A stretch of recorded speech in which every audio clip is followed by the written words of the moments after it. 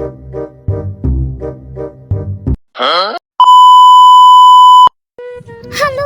for today's video mga kabungkag, medyo naglilibog tayo ngayon kung ano ang uulamin. Nautuhan gud taon tagmata muna nga, mautuhan po taghunahuna pero kay usay sa atong kamalimtanon, naman day tayo wa pa maluto. Buti na lang, meron pang hindi tumurok na munggo sa kabinet. So wala pagdaduha, hugasan muna natin para ito'y malimpyo. O di ba, hugasan na to nagtarong. Maghugas po ta sa atong lutuanan, of course. Maghugas ta para malinis ang lahat. Kaya ingon baya sila, dapat limpyo ang ipasulod, bahalag hugaw ang ipagawas. Uy, unsa man ang hugaw nga ipagawas?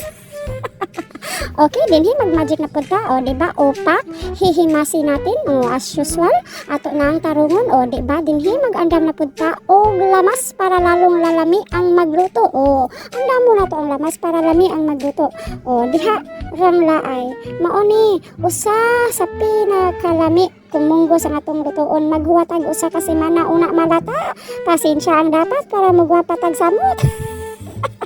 Dapat taas yung tagkasensya no kay para gwapa ta, o diba? O di ara lata-lata na muna nga dinhing dapita ato nang ilunod ang ato ang mga ricados dolor, ato nang ilunod ang atong mga lamas dinhing dapita, o diba gwapa na tan-awon, basta lagi dugay mo lihok, pas mo jud, o pas mo jud na basta dugay mo lihok, labi na og bunggos ang naa sa kabinet. O si, luto na, pero wala, nagsarido na tadaan kay para dili mo kumpiyansa. O diba, tanawa nga sa ngipon, perting kagwapa. Thank you for watching mga kabungkag. Bye!